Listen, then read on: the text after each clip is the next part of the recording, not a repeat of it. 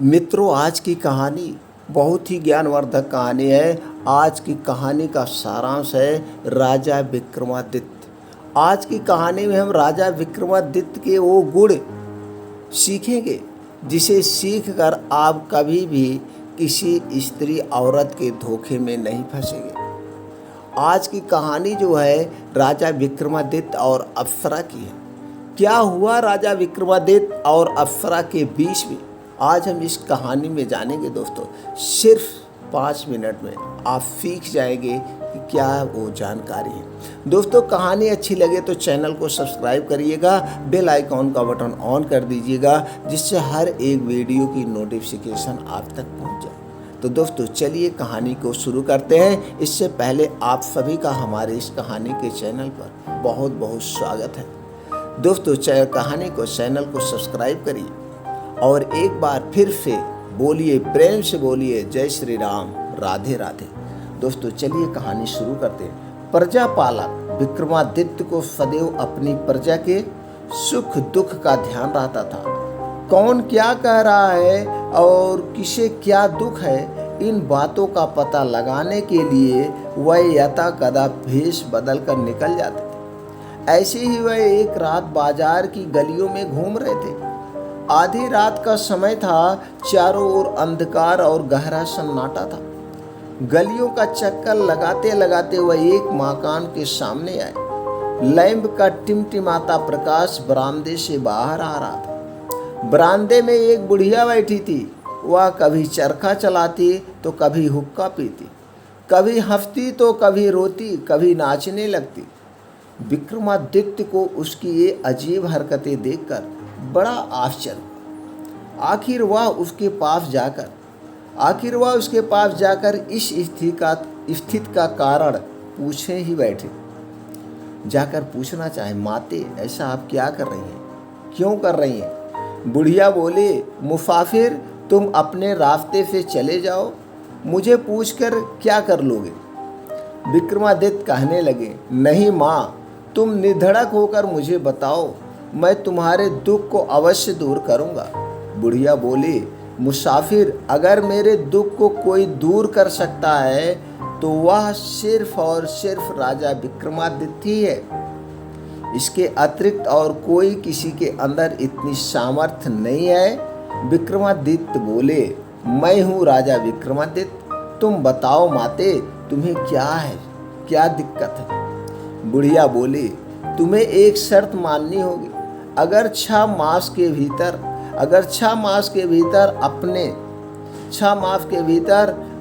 मास के अंदर तुमने मेरे कार्य को पूर्ण नहीं किया तो 6 मास समाप्त होते ही तुम्हारी मृत्यु हो जाएगी। इसमें से कोई संदेह नहीं है। विक्रमादित्य ने सहस शर्त स्वीकार कर ली। बुढ़िया बोली, मेरा नौजवान बेटा और बहू अंदर के कमरे में सोए थे। एक दिन जब मैं प्रातः उनको उठाने गई तो देखा कि दोनों ही गायब हैं। उनके बिस्तरों पर सिर्फ बड़े बड़े पत्थर लेटे थे। यह रहस्य आज तक मेरी समझ में नहीं आया और तब से मेरा दिमाग सही काम नहीं कर रहा है। मेरी हालात पागलों जैसी है।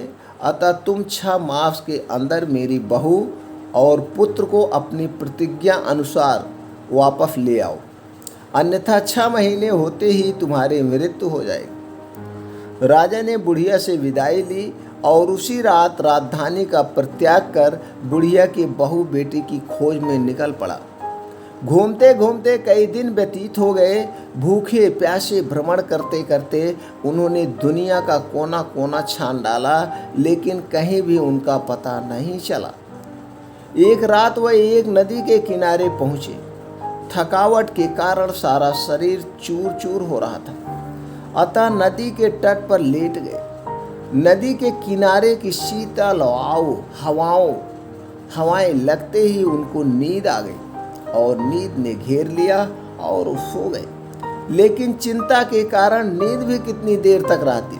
रात के 12 बजे, 1 बजे के करीब उनकी नींद टूट गई। सोचने लगे, 5 महीने तो समाप्त हो गए हैं, लेकिन मैं अभी तक अपना वचन पूरा नहीं कर सका। 6ठा महीना समाप्त होती ही मेरी मृत्यु निश्चित है। अतः इससे तो अच्छा है मैं स्वयं ही इस नदी में छलांग लगाकर अपनी जान दे दूं। ऐसा विचार आते ही विक्रमादित्य नदी की ओर चल पड़े। ज्यों ही वह छलांग लगाने लगे त्यों ही उन्हें अंधेरे में कपड़े धोने की आवाज सुनाई दी। उन्हें बड़ा विस्मय हुआ कि इतनी रात बीते कौन कपड़े धो रहा है। चलकर वहीं पहुंच गए। धोबी से पूछा, अरे भैया, तुम्हें आधी रात के वक्त कपड़े धोने की क्या आवश्यकता पड़ गई? इतनी कौन सी इमरजेंसी आ गई? धोबी बोला, महाराज क्या करूं, हमारे यहाँ अनारकली नाम की लड़की है जिसने आज तक सूरज का मुंह ही नहीं देखा है। दूसरों को तो देखना ही कहाँ, उसके जितने भी काम होते हैं वह रात को ही किए जाते। यहाँ तक कि उसके कपड़े भी रात को ही धोकर सुखाने पड़ते हैं, रात में ही सब कुछ करना पड़ता। राजा को यह सुनकर और भी हैरानी हुई। वापस आकर अपने स्थान पर लेट गए और बड़ी देर तक सोचते रहे, लेकिन यह गुत्थी सुलझ नहीं रही थी। वह सोचने लगे, एक तो मैं ऐसे ही दुखी हुआ हूँ, फिर इस झंझट में पड़ने से क्या लाभ। अतः अब तो मुझे डूबकर ही छुटकारा लेना ही चाहिए। अब मर ही जाना मेरे लिए एक ही रास्ता। वह फिर चल पड़े। जैसे ही डूबने के लिए तैयार हुए, उनके नाक में धूप की बड़ी मीठी मीठी सुगंध आई और साथ ही निकट से शंख ध्वनि भी सुनाई दी। विक्रमादित्य सोचने लगे, 2 दफा रुकावट पड़ गई, इसका मतलब यह हुआ कि अभी मेरी मृत्यु नहीं है। प्रातः हो रही है, शायद कोई साधु महात्मा भगवान की पूजा कर रहा है, चलो उन्हीं के दर्शन करो। चलकर महात्मा जी की कुटिया में पहुंच गए। महात्मा जी के चरणों में प्रणाम किया और एक तरफ बैठ गए। महात्मा जी ने उन्हें देखकर बोले, पथिक, लगता है तुम इस समय बहुत दुखी हो, लेकिन तुम्हारे मुखमंडल के तेज से ऐसा आभास हो रहा है कि तुम किसी उच्च वंश से संबंध रखते हो। विक्रमादित्य बोले, महामना महात्मा जी, मैं राजा विक्रमादित्य हूँ। संकट में होने के कारण नदी में डूबकर मरना चाहता था। इतने में शंख ध्वनि सुनाई दी, अतः मरने से पहले आपके दर्शनों के लिए आ गया। महात्मा बोले, धन्य हो राजा विक्रमादित्य, आज तक तो आपका नाम ही सुना था, लेकिन आज तो आप यहाँ स्वयं पधारे हैं। कहिए मैं आपकी क्या सेवा करूं? विक्रमादित्य ने बुढ़िया के बहू बेटे और साथ ही धोबी की लड़की के कपड़े रात को सुखाने की बात कह दी। महात्मा जी ने थोड़ी देर सोचने के बाद बोले, तुम पहला काम यह करो कि किसी तरह से धोबी की लड़की के साथ शादी कर लो, फिर 2-4 दिन वहाँ ठहर कर और हाल चाल देख कर मेरे पास आ जाना, तब मैं तुम्हें सारी बातें बताऊंगा। दूसरे दिन राजा विक्रमादित्य फज धज कर धोबी के घर गए और उसकी लड़की से शादी करने की इच्छा प्रकट की। धोबी उस सुंदर व्यक्ति को देखकर बहुत प्रसन्न हुआ और उसी दिन विक्रमादित्य से अपनी लड़की की शादी कर दी। विक्रमादित्य अब वहीं रहने लगे, लेकिन धोबी की लड़की ने ना तो उन्हें अपना मुंह ही दिखाया और ना ही कोई बात की। जो भी बात होती वह नौकरानी के माध्यम से हुई होती थी। उसके कार्य रात को ही होते और दिन में वह सोई रहती थी। कुछ दिन वहाँ रहने के पश्चात विक्रमादित्य फिर महात्मा जी के पास गए। महात्मा जी से सारा वृत्तांत कहा। महात्मा जी बोले, अब अपना काम बना ही समझिए, अब आपका काम जान लो बन गया है। वास्तव में धोबी की लड़की अनारकली इंद्र राजा की परी है। वह रात को जाकर इंद्र की सभा में नृत्य करती है। बुढ़िया की बहू और बेटा भी वहीं रसोइया का काम करते हैं। मैं तुम्हें 3 दिन के लिए 3 गोलियां दूंगा। 3 दिन के लिए 3 गोलियां दूंगा। एक गोली प्रतिदिन रात को मुंह में डाल लेना। उसके प्रभाव से रात को तुम्हें कोई नहीं देख सकेगा। बस फिर रात को उसी के पीछे पीछे चले जाना। वहाँ अपने उद्देश्य में सफलता प्राप्त करना।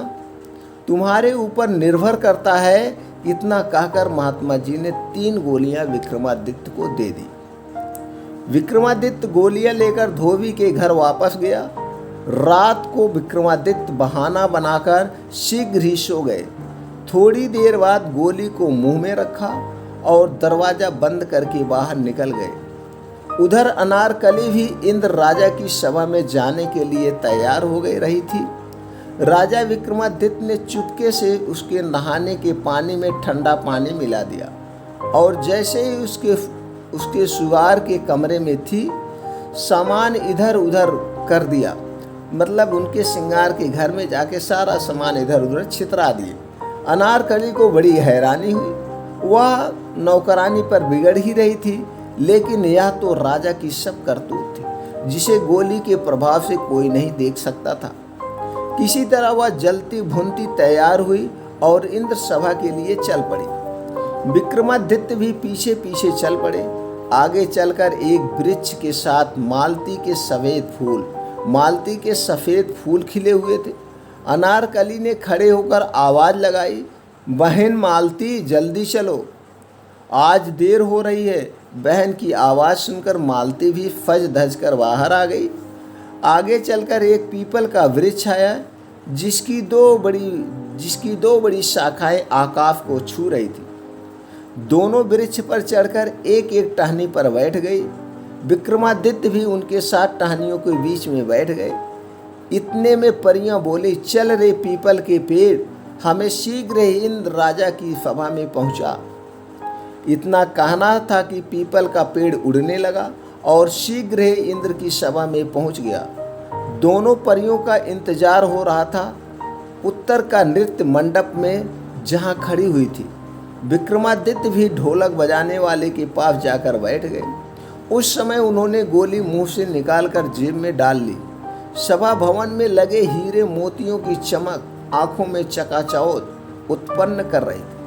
चारों ओर सुवासित पुष्पों की सुगंध से वातावरण महक रहा था। चंद्रमा की शीतल चंद्रिका अपनी ज्योत से सभा भवन की सुंदरता को निखार रही थी। इंद्र पत्नी सहित सिंहासन पर आरूढ़ हुए। देवताओं ने जय जयकार की।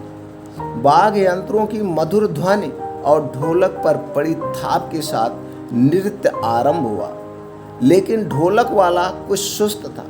नृत्य में गति नहीं आ रही थी। विक्रमादित्य अपने को रोक नहीं पाए क्योंकि वो सर्वगुण संपन्न थे। उन्होंने उससे ढोलक मांगे। ढोलक वाला भी रोज ढोलक बजा बजा कर तंग आ चुका था, अतः उसने खुशी खुशी ढोलक थमा दी। बस फिर क्या था, विक्रमादित्य ने ढोलक पर हाथ पड़ते ही नृत्य सभा में मादकता आ गई। सभी मस्ती से झूमने लगे। परियों ने उस दिन ऐसा नृत्य किया जैसे कभी नहीं किया हो, कभी ही नहीं हुआ हो। चारों ओर वाह वाह हो रही थी। नृत्य समाप्त हुआ। इंद्र ने प्रसन्नता से गले का नौलखा हार उतारकर परियों को दिया। परियों ने वही हार ढोलक वाले को दे दिया क्योंकि वह भी कई बार ऐसे पुरस्कार ले चुका था, अतः उसने भी वह हार विक्रमादित्य को दे दिया। विक्रमादित्य ने हार लेकर चुपके से जेब में डाल लिया। इंद्र की सभा विसर्जित हुई। परियां वापस चली। विक्रमादित्य ने भी गोली मुंह में रखी और अदृश्य होकर पीछे पीछे चल दिए। उसी पीपल के वृक्ष पर बैठकर उसी स्थान पर आ गए जहां से चले थे। अब विक्रमादित्य परियों से आगे आगे आकर अपने कमरे में सो गए। प्रातः हो गई, लेकिन आज वह नृत्य की भांति नहीं उठे जैसे रोज उठते थे। अब तक विक्रमादित्य जाग चुके थे, लेकिन सोच विचार कर रहे थे। नौकरानी ने आवाज लगाई, लेकिन वह उठे नहीं। उसने फिर झकझोरते हुए कहा, महाराज उठिए, सुबह हो गई है। विक्रमादित्य ने आंखें मलते हुए कहने लगे, ओह, तुमने तो बहुत अनर्थ कर दिया। मैं आज एक बहुत ही सुंदर सपना देख रहा था। पास खड़ी अनारकली ने नौकरानी को इशारे से स्वप्न के बारे में पूछने के लिए कहा। नौकरानी बोली, महाराज कैसा स्वप्न था? विक्रमादित्य बोले, ऐसा लगता है जैसे मैं आज इंद्र राजा की नृत्य सभा में गया था। वहाँ मैंने बहुत सुंदर ढोलक बजाई। इंद्र बहुत प्रसन्न हुआ और इनाम में मुझे 9 लखा हार मिला है। मैंने उसे लाकर अभी अभी सामने वाली अलमारी में रखा है। जरा तुम जाकर देखो तो सही नौकरानी को आज्ञा देखो तो सही है। नौकरानी को आज्ञा माननी पड़ी। उसने अलमारी खोली। सचमुच में ही वहाँ हार चमक रहा था। अनारकली के आश्चर्य का ठिकाना ना रहा। दिन व्यतीत हुआ, शाम आई। आज रात को फिर विक्रमादित्य ने इंद्र की सभा में प्रवेश कर पिछले दिन से भी अधिक सुंदर ढोलक बजाई। इंद्र ने परियों को सोने की थाली में 32 व्यंजन जो 36 प्रकार के बने थे पुरस्कार के रूप में दिए। परियों ने यह सोचते हुए कि सारा कमाल तो ढोलक वाले का है, उसी को थाली दे दी। उसने भी वह थाली विक्रमादित्य को संभाल कर दी।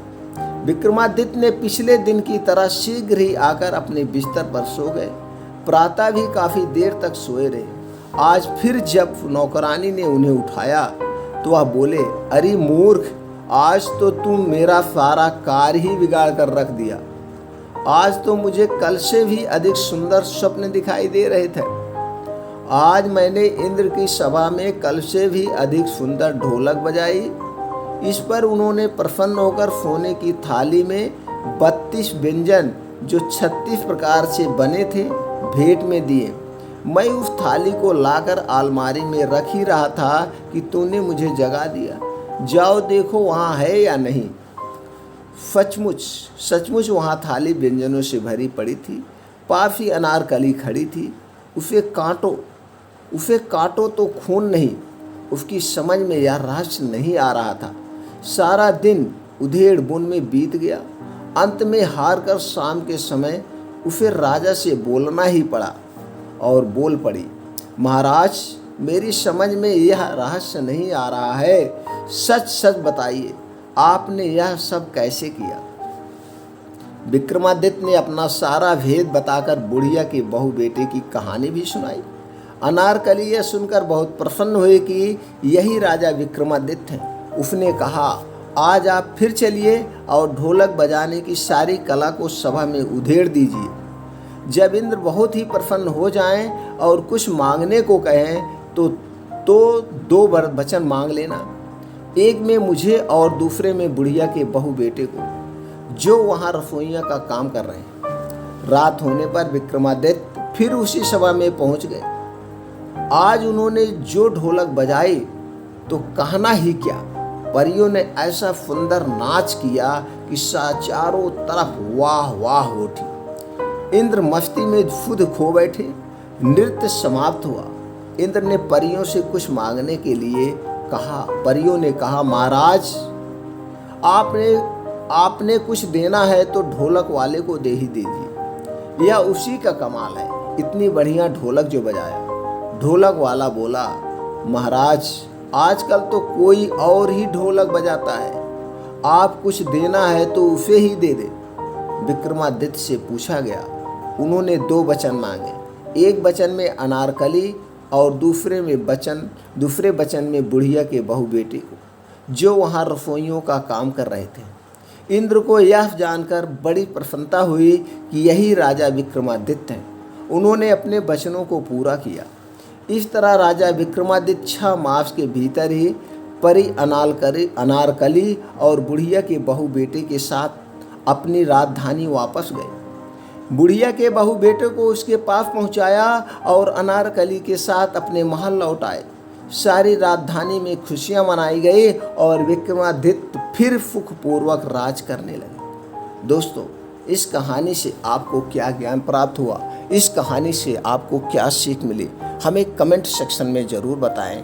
फिर मिलते हैं ऐसे ही और ज्ञानवर्धक कहानी लेकर के अगले वीडियो में। तब तक के लिए हर एक वीडियो की जानकारी लेने के लिए चैनल को सब्सक्राइब करें। फिर मिलते हैं अगले वीडियो में। राधे राधे, जय श्री राम।